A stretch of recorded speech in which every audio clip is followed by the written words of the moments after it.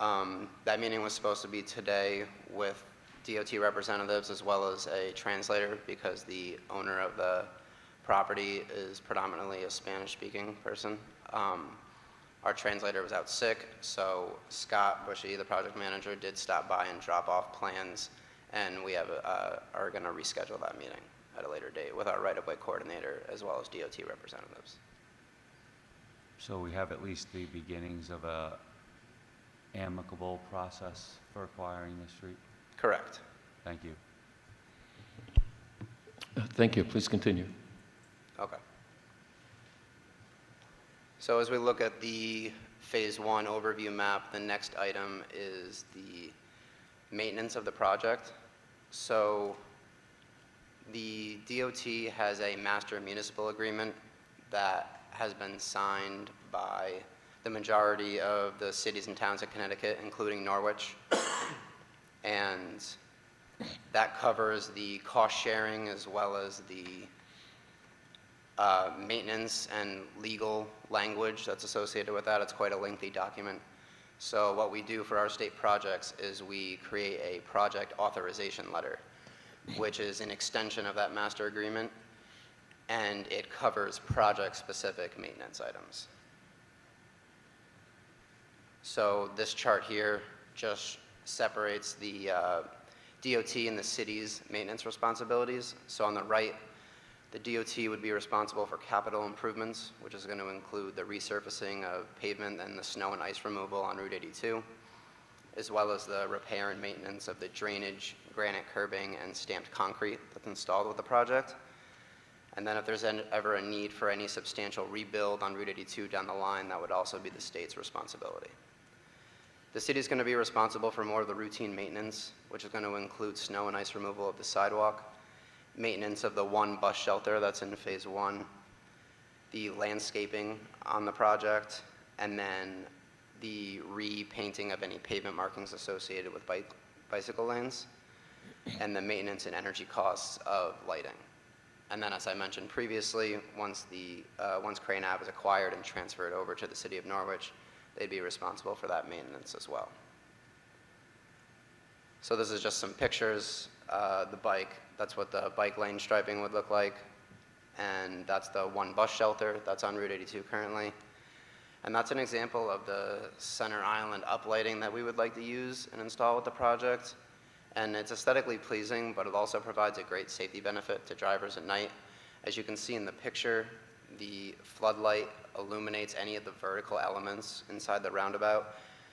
And when drivers are approaching the intersection, that light kind of gives them a visible cue that there's a roundabout coming up. For maintenance of the roundabout, we worked with the Public Works and the city engineer to ensure that we were installing low maintenance plantings. They only require pruning every few years. And then for the raised median, we're proposing what we call columnar style trees, which are trees that grow very vertically and they have very little horizontal growth so that it wouldn't interfere with any traffic. And they're also very low maintenance. They only require trimming every 5 to 10 years. This is a screenshot from that project authorization letter that I mentioned previously. And the important part of this document is this paragraph, which summarizes the city's maintenance responsibilities, which reflect what I've just covered in the past few slides. And that's what I have on this, so I'll open it up for questions to you guys again. Alderwoman Gould. If it was necessary to move any electrical lines, who's responsible for the cost of that? So there will be utility relocation associated with the project. And the utility relocation cost would be on the Department of Transportation for all of Norwich's own utilities. Any utilities like Frontier or Eversource or something like that would be a 50-50 share between the state and the utility. But for all of Norwich's public utilities, it's 100% on the state. That's for any replacement. If the city was looking to do any betterments, which include underground utilities, the city of Norwich would be responsible for the difference in cost between overhead and underground relocation.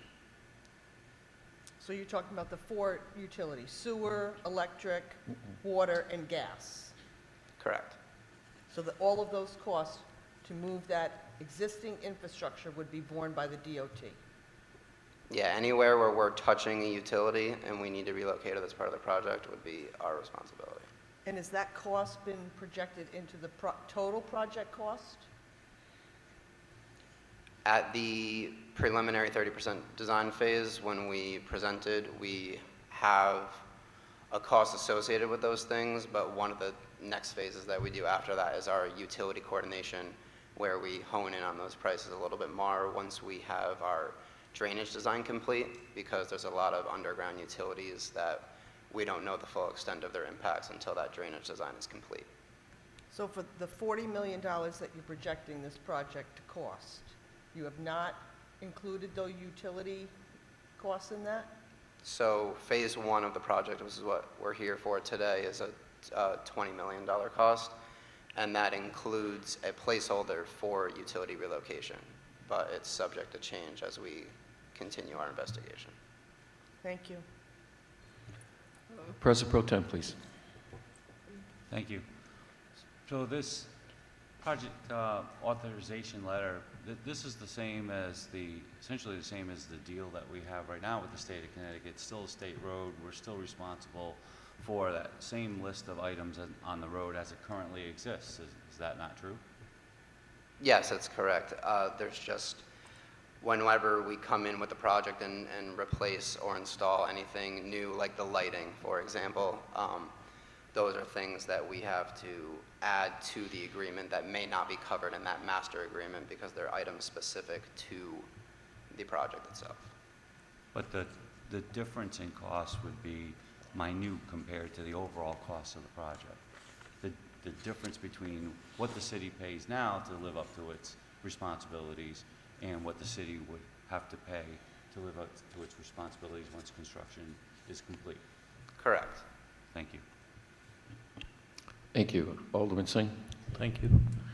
So on the drainage, do we only see the scope from point A to point B, where the project gonna happen, or we extend the scope of drainage to certain feet? Because of course, if we are changing few things, it will impact how the drainage happens. So does it go like certain feet on both sides, or? Yes, so when we do the drainage analysis, when we look at the existing and install our proposed drainage, we normally chase it back to reasonable limits, which is oftentimes, if we can, all the way to the outlet, wherever that may be. There are situations where that's much, much farther down the road, and then we can just do as far as we see fit.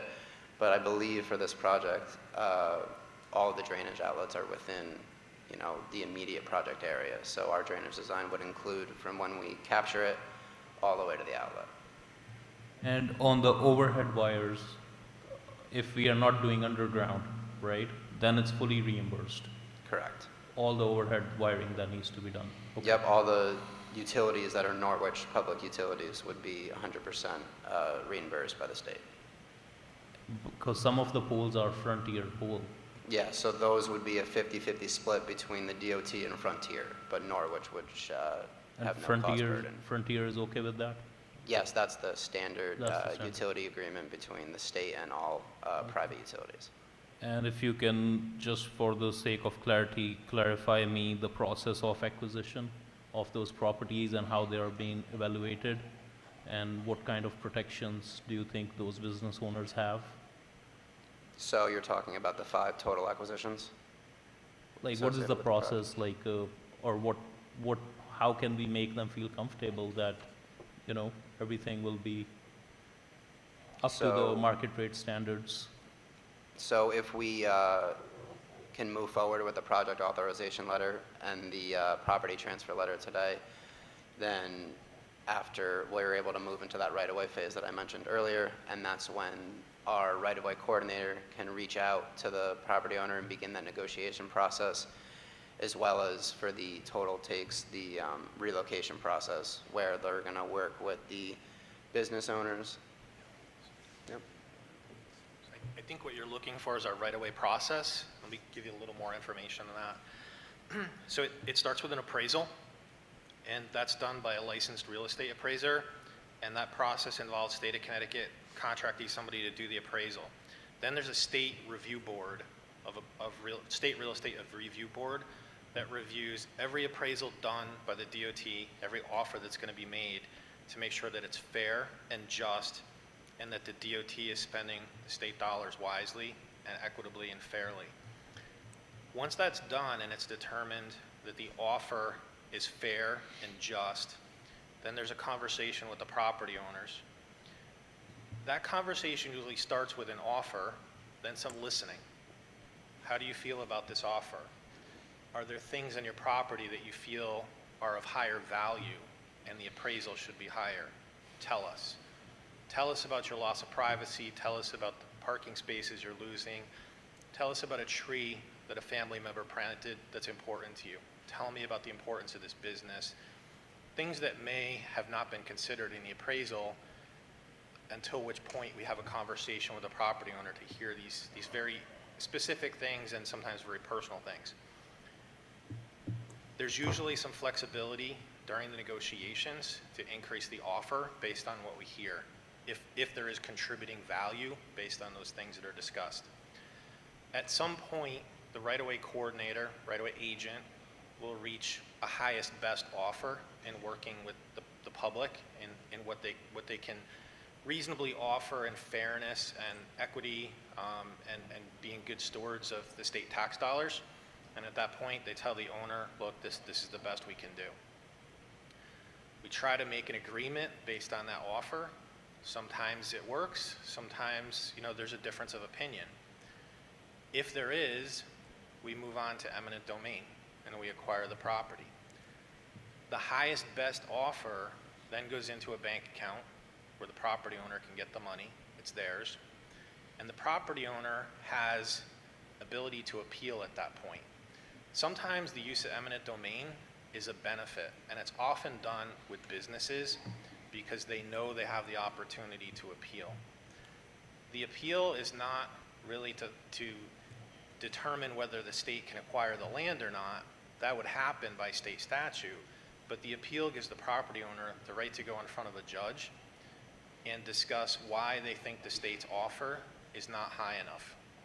It allows the property owner to present additional information, and possibly a sympathetic judge may increase the offer. But that's an opportunity that can only happen through the use of eminent domain. So, we use the word eminent domain, and it on the surface sounds horrible, but there are other opportunities that come with it that allow property owners to get additional funding and support for their acquisition. Okay. Thank you so much. Other members? Excuse me, Scott? I actually have a dialogue to share with you, if I might. Our comptroller provided a fiscal note, I'll call it that. That's what we used to call things in Hartford about this project. And I'm talking going back to utility costs and such. The term replacement versus relocation, is there an actual difference based on if you're replacing a line? Clearly, the debt service is going to be covered by the people here in Norwich, the users or the ratepayers. In the fiscal note, it talks about $8 million for water, $3.5 million for sewer. Again, the debt service covered by the user fees or ratepayers. There seems to be a discussion that there's a difference between replacement and relocation. If we're simply replacing the lines, is it not the city's responsibility to come up with the capital at first to do the work in congruence with the road project itself, and then the state reimburses? Is that the method? So a little bit more information on that. I think Mike did a pretty good job of clarifying overhead utilities, power, telephone, internet, cable TV, stuff like that. The way we're advancing the project at this point was to move the poles back that are being impacted by the project. there would be absolutely no cost to the city. Everything's on DOT, 100%. We reimburse municipal utility 100% for the poles. Any of the utilities that are with the poles, private utilities, they get reimbursed 50%. By state statute, they have to contribute 50% because they occupy the state right away for free. So that's the way the statute's written. Once we look at underground utilities within Route 82, water and sewer specifically, and it was brought to our attention, several times. We heard very clear at the public information meeting about the sensitive nature of the water main, and quite a coincidence. Within a few days of our public information meeting, there was a water main break on Route 82. We all saw it. We know it. We know how old it is. We know how sensitive it is.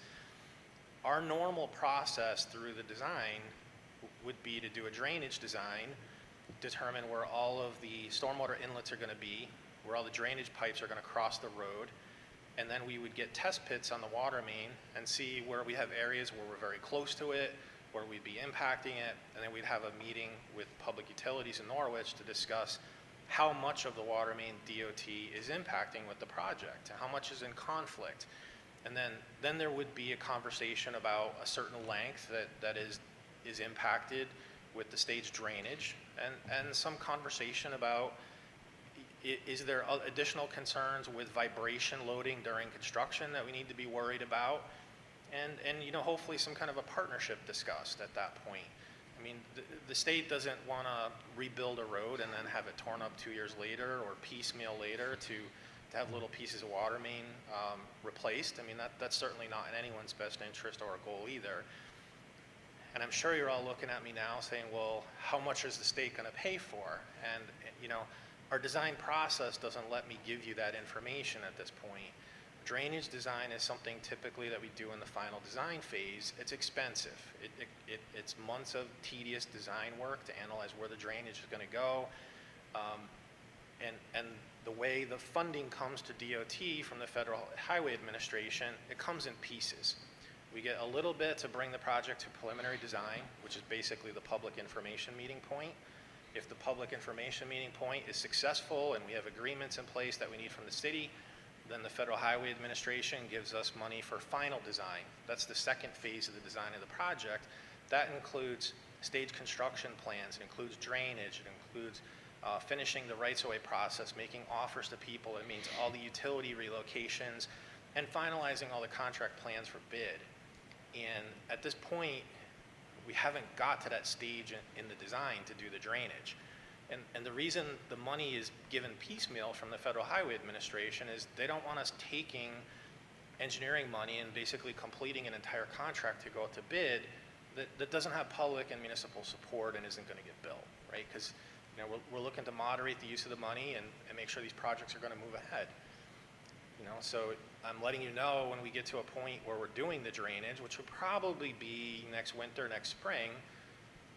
We'll go out, we'll get test pits, we'll find out where we're crossing the water and sewer, where there might be conflicts, and we'll have those conversations about how much should be replaced with the project and how much is responsibility of DOT, and how much money does the city have to contribute, and is there some type of a cost sharing we could do to replace the entire facility with the project. But those would be conversations we have after we have the drainage done. And at this point, I don't know how much we're impacting it and how much the state could contribute. We just don't have that information yet. Thank you. I hope I'm recalling, please go ahead.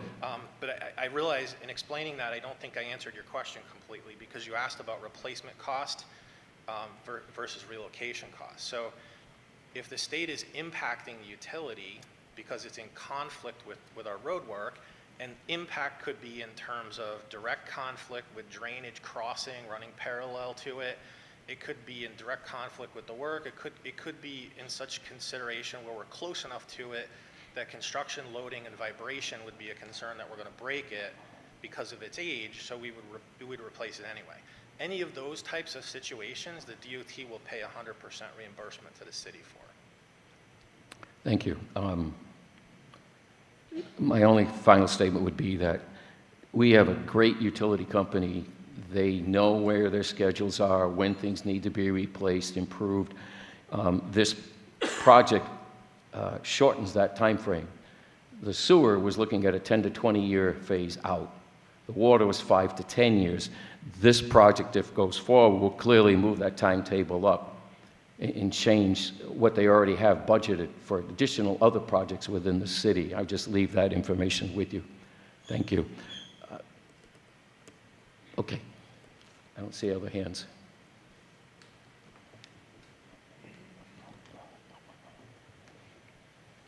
Please continue, if you wish.